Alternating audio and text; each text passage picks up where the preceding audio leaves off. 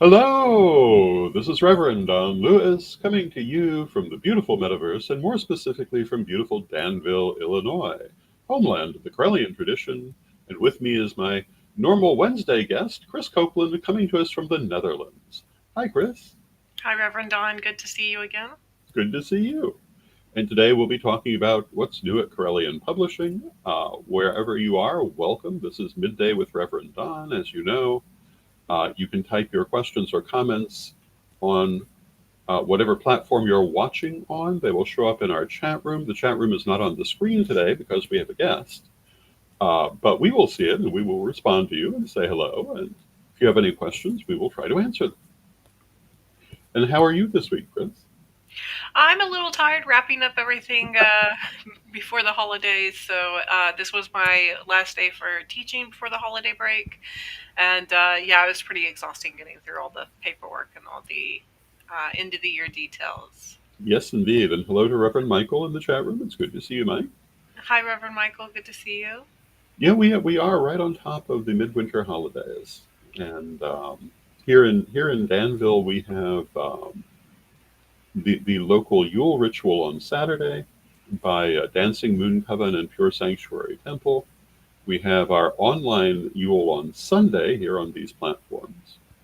Um, and yeah, and next week will be the ambient holiday, and it's going to be that time of year. And hello to Magical Mermaid in the chat room, Hi, Magical Mermaid. I really like that name, that username. and hello to Nikki Dodd. It's good to see you, Hi, Nikki. Good to see you. and hello to Renee. It's good to see you, Renee. Hi, Renee. Good to see you as well.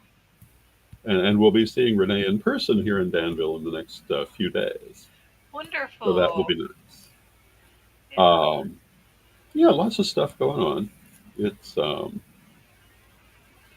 fairly busy time, it seems to me, all the way around. Um, so, yeah, what do we want to talk about today? Well, I kind of wanted to talk about how some of the different books that are in our catalog could be good presents for people this time of year. So if you're interested in that, we can make some recommendations for different personalities and what they're into at the moment. Also, I wanted to talk a little bit about the ministry side of what we do. Hmm. As many of you know, we have a very different kind of publishing house. We're not a traditional publishing house in many, many ways.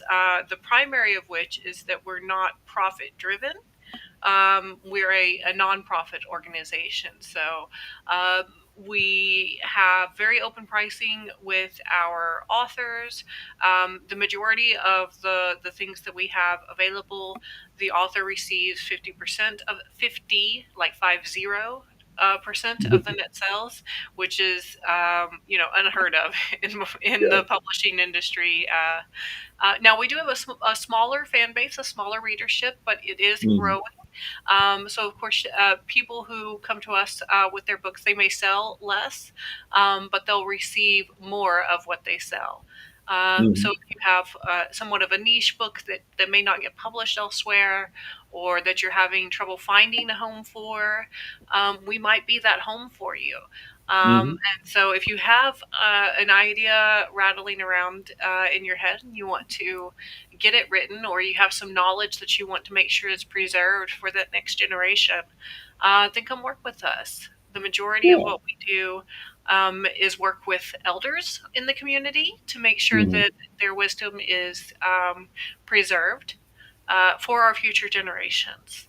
Yeah. Um, so, yeah, could you tell us a little bit about what it's like working both on the ministry side, on the Corellian publishing side, but also as what our most prolific author at this point? Well, first, let me say hello to Antonio Huerta in the chat room and Unique One. It's good to see you both. Hi, Antonio. Hi, Unique One. And it's interesting because I have in this last year written more more books at a faster pace than I've ever done before. And part of the idea you're talking about preserving wisdom, part of the idea is I've kind of come to the point in my life where I figure I'd better write it now if I'm going to write it. Um, And if there are things I want to say, they need to be said now because I don't know what tomorrow holds. That's true of every point in life. I mean, it can be true even for very young people. You never know for sure when your time will run out to do what you're here to do in this world. But once you're over 60, you know it's not that far, no matter how long it is. And so many of the years I have been alive, I've been writing, I've been doing artwork, and so forth. Um, but I've also been doing lots of other work, and now I'm focused more on the writing and also the artwork again. Um, and I guess overall we'd say on teaching because that's really what the writing is. It's teaching in um, a written format. And Magical Mermaid says we need a book on elders, maybe like a who's who. Very good Maybe idea. we do. Yeah. It one of the, What? one of the books that's been suggested for next year is the original book on the Binder chakra system by Pete Binder. I have what may be the only existing copy of that book, and I have permission to publish it. And so we may look at doing that. Um, if you have read well both my own books and also classes by Pete at Witch School, you'll have some familiarity with the Binder chakra system, but you won't necessarily have seen the original book. Um, so that might be interesting. So, what's curious about what Magical Mermaid says is that while we don't have specifically a book of elders related to the modern times, like the modern day, we do have Great Women of Antiquity, the Yeah. coloring book, on our website. So, if you like coloring, or if you know someone who does like coloring, that can make a great holiday gift this year. Hmm. And each of the pages in this coloring book has a hand drawing from Reverend Don, for you to color of some female figure from antiquity that is impactful in some way on pagan culture or on the larger world culture. Could you talk a little bit about that coloring book? I think that's a really popular item for the Christmas or the Yule season. Oh goodness. The and hello to Ed the Pagan in the chat room. Hi, Ed. Good to And see you.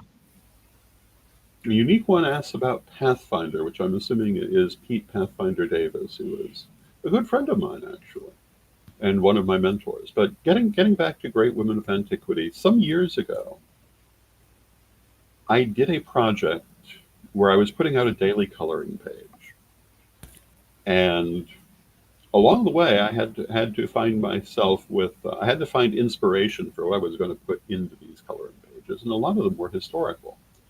And at the end, I gathered them up and added a few extras to make Great Women of Antiquity, which is a book of biographies and artwork, black and white artwork that you can appreciate as it is, or use for coloring pages or what have you, on Great Women of Antiquity. And these include both very famous women from antiquity, such as Hatshepsut, um, Ta, Cleopatra, um, Livia Drusilla, other very well-known historical figures, Sysigambis of Persia, um, I think and it's 33 total, I something like believe it was a total of 33. that. Yeah. And they were they're relatively detailed biographies within the context of trying to keep them down to one page each. But there were also lesser known people.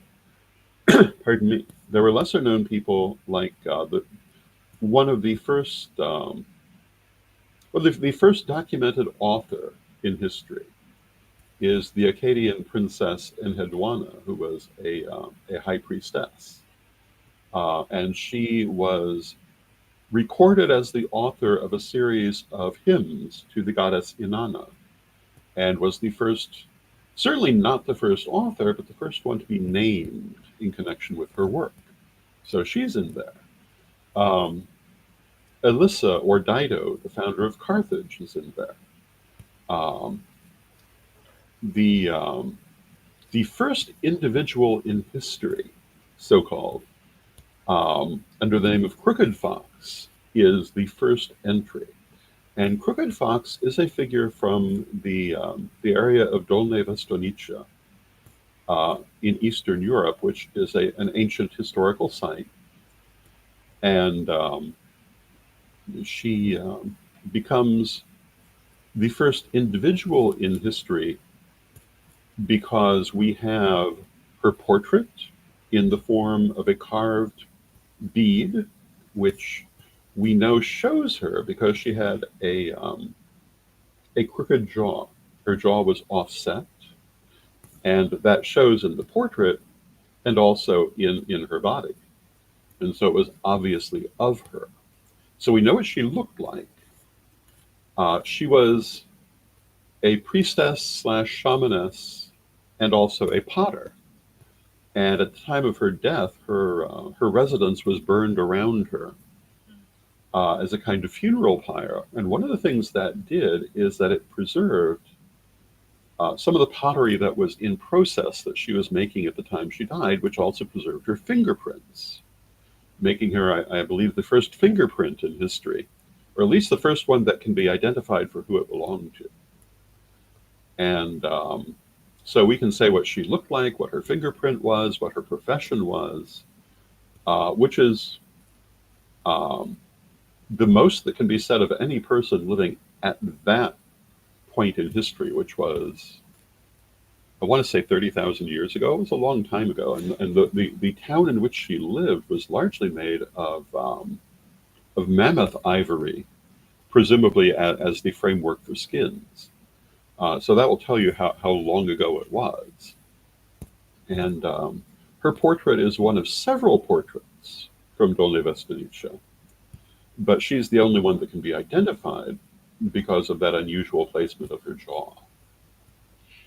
And Reverend Michael has the suggestion of Wilma Mankiller, who is the first female chief of the Oklahoma Cherokees.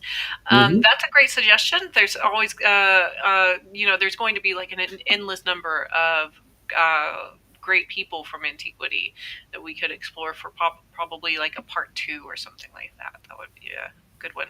We do have several Native American and other indigenous people. That's true. That there are a number of Native American figures, and there are a number of Asian figures. It's a very inclusive book. A number of African figures. Wilma Mankiller was a great person. She's not out of antiquity. She's out of living memory. Ah, that's true. But she was quite a figure, and I have nothing but good to say about her. Um, and Magical Mermaid says, um, "All right, Spiritual Antiques Roadshow. Well, that would be an interesting thought." Yes, Yeah. we thought a little bit about that kind of idea too, and we also have the Witch Wars Defense Manual, Volume Two, Yes. which is of particular interest in the times that we're living in. Yeah, especially as things become more tense, both at home and around the world, Yeah, the politically. whole world is melting down. Yeah, and so right now is a good time to keep yourself defended and protected and safe Hmm. from these threats. Yes. The Witch Wars Defense Manual is just what it sounds about. It's how to defend yourself from witch wars. And although it deals particularly with the subject of witch wars, it also points out that most conflicts in the wider world follow the same general rules. And it talks a lot about changes in technology since the first book was published, and how these things also influence the way that particularly reputational warfare is carried out, and why it's important to be aware of this, both in the sense of how to defend yourself from it, but also how to recognize it when people are doing it. Um, it's it's very easy to be taken in by someone who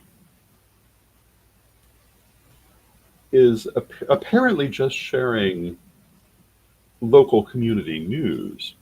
But you have to ask yourself sometimes what are their actual motivations? Because sometimes that's a technique of attacking other people for reasons that have nothing to do with what's really going on, but with the other person's political agendas.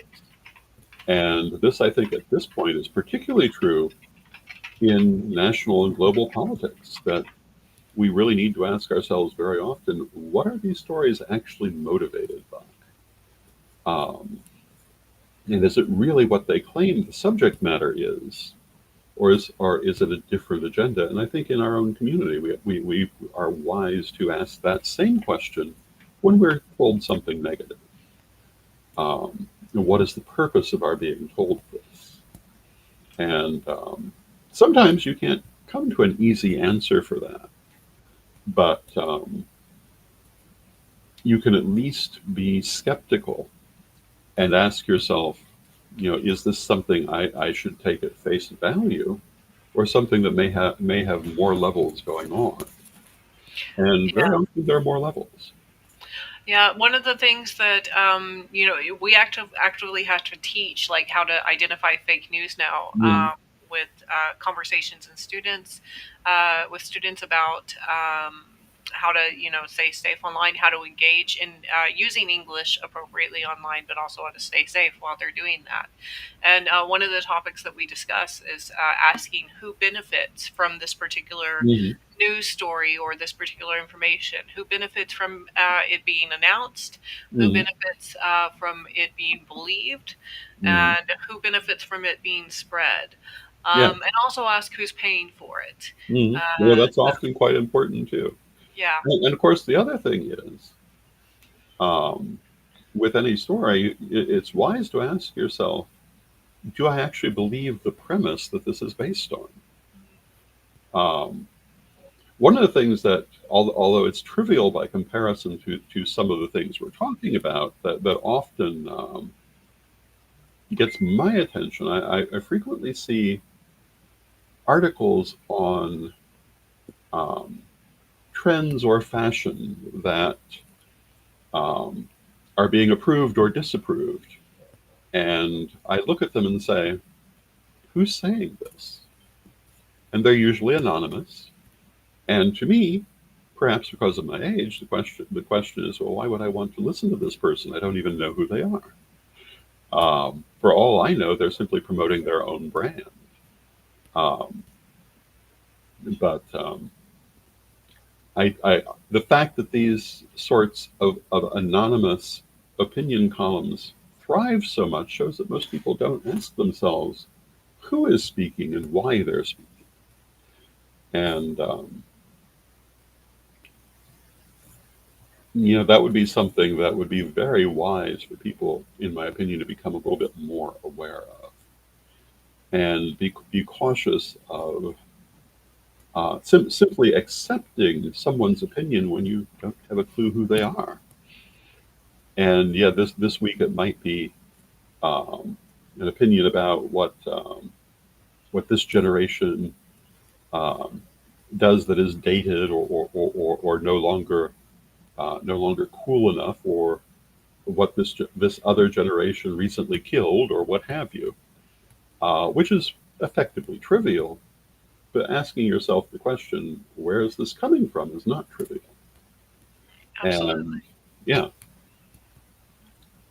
I remember an incident one time when one of my Islamic students, who Hmm. is from the Middle East, he asked me about this quote from someone in in U.S. politics, and I asked him, like.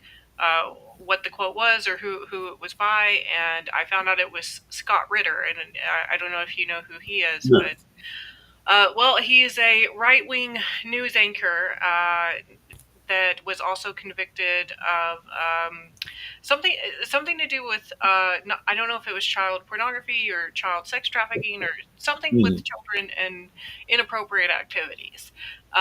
So. when I had to explain to my student, like, one, the information that he's saying in this clip, in this 15-second clip, is not everything that he believes, and it was Mm, taken out of a larger context where he said one small thing that was positive about Islam, mm, and that was in the context of a whole broader conversation where he also is very anti-Islamic. So, mm, taking that one little clip and just seeing that TikTok clip of that does not give the whole story of who this person is mm, and whether they're trustworthy. And in my opinion, Scott Ritter is not trustworthy mm. just based on his actions. Well, that this is true because any given person is going to say lots of things during their lifetime, and looking at any one of them isn't necessarily going to tell you a lot about that person. It might, but it also might be entirely misleading if it's taken out of the wrong context. Yeah. Um, and this is true for historical figures also. And people very, very frequently will will misinterpret or make far too much of um, certain things that have been said historically and not really understand the context. Um, some of those are famous. One of the ones out of Shakespeare, the line "Get thee to a nunnery," I think most people today realize was part of what was a political aspect of the Protestant Reformation, and that in England at that time, nunneries had a very bad reputation. But the way that it's said without knowing that background appears to say something totally different. And that's true for a number of famous historical sayings that are only partly known. Um, Another one that is not irrelevant is imitation is the sincerest form of flattery. But that was originally a more qualified statement. Imitation is the sincerest form of flattery that mediocrity can pay to greatness. It was not a blanket statement. It specifically referred to certain situations. But it it's interesting how people do take things and how they run with them. Yeah. And when we look at everything in life, we need to ask ourselves these kinds of questions: Where is it coming from? Where is it? What is it benefiting? And is it something that you, as the observer, find to be credible? And of course, different people will have different answers to that. Um, but I think it's always wise to ask. And one of the things I've noticed lately, I spend far too much time on Facebook, partly because we use it so heavily in our advertising.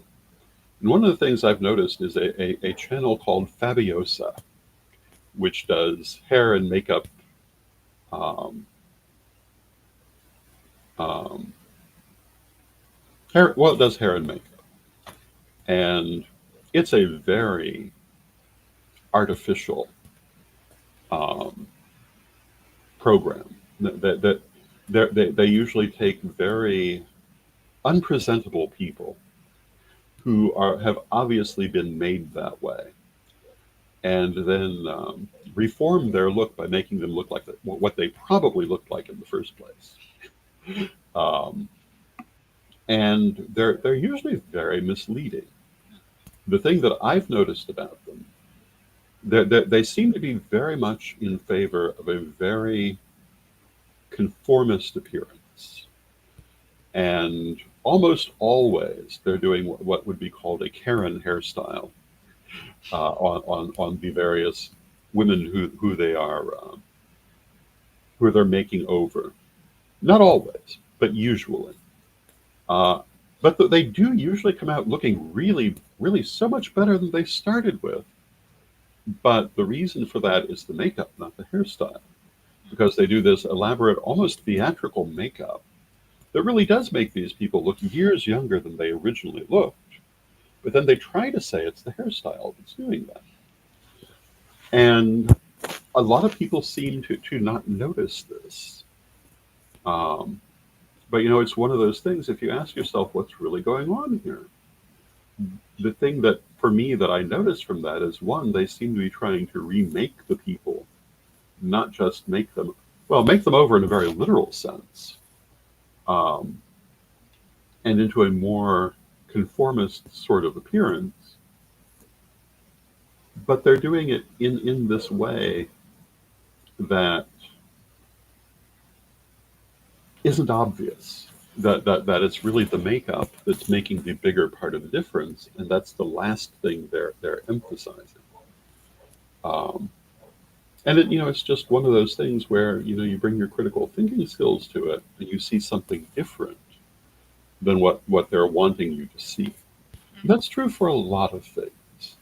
That you will see that the technique that's being used is not actually leading to the conclusions that are being encouraged. Um, there is a particular book out there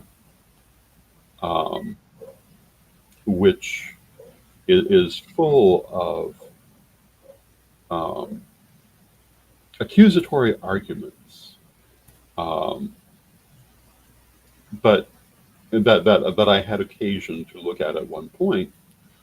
But as I looked at this, I noticed the case that was being made in those accusatory arguments in no way led to the conclusions that were then presented. But people seemed, at least in some cases, to just be accepting the conclusions because they were presented and not questioning the argument. And I think that happens a lot in life.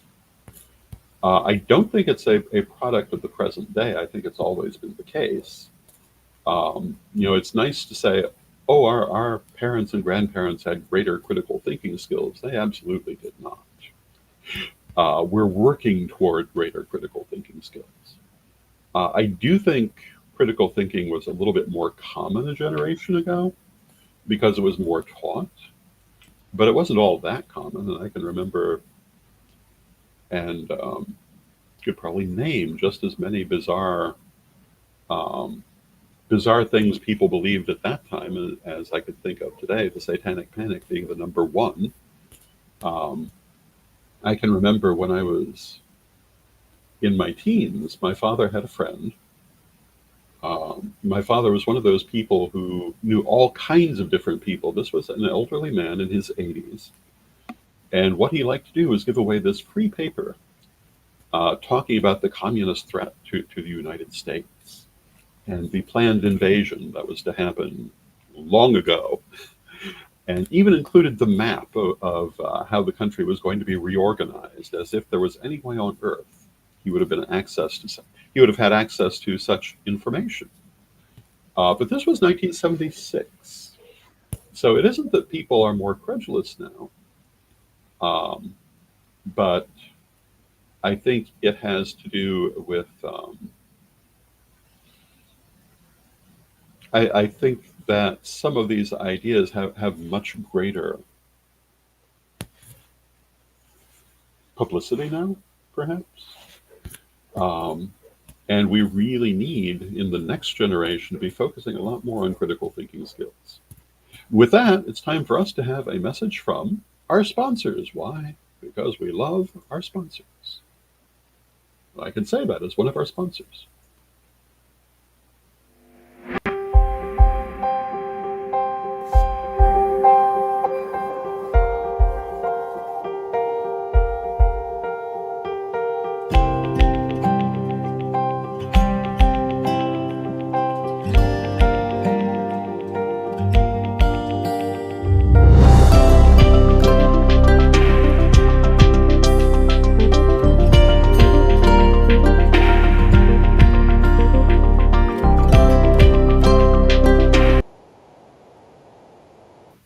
Ready to unlock the secrets of the universe?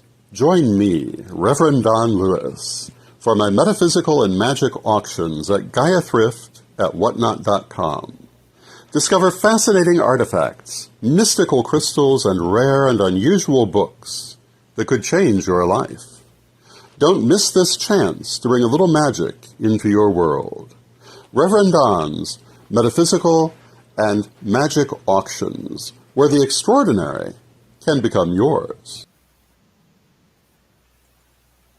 And thank you to our sponsors, Equinox Learning Hub and Rev Don's Metaphysical and Magic Auctions. And our next auction is this evening at 6 p.m. Central, I believe. So I hope you will join us for that, and we will have some wonderful things for you at whatnot.com/GaiaThrift. And thank you, Krys, for joining us. Thank you for Do you have having me. any last thoughts for everybody? Well, if you're doing some extra Yule shopping right now and you'd like to get something to read for a loved one, or even a card deck or something like that, or crystal web access point for a friend or a family member, feel free to jump onto KrellianPublishing.com, and you can use the code MIDDAY5, all capital letters with the number 5 at the end, to receive 5% off of your order. And it all goes to supporting our ministry and to supporting our authors. Thank you, Krys. It's always a pleasure to have you on. And thank you, everyone, for joining us. I will be back tomorrow. And now let us close with our prayer, as we always do. Divine Mother Goddess, Divine Father God, beloved ancestors, we ask you to help us to always have a critical and observant eye as we look at the things going on in our lives. Help us to have true understanding of what we are seeing and not to be misled by the ulterior motives that might be in play. Help us to know what we are looking at when we see it, and help us to use our critical thinking skills in all points in our lives. Beloved Mother Goddess, beloved Father God, beloved ancestors, we thank you with great love, knowing you are always with us. From respect, we thank you for your presence, and may it be blessed now and always. May you be blessed now and always. And thank you again, Krys. Thank you. Blessed be everyone. Blessed be everyone.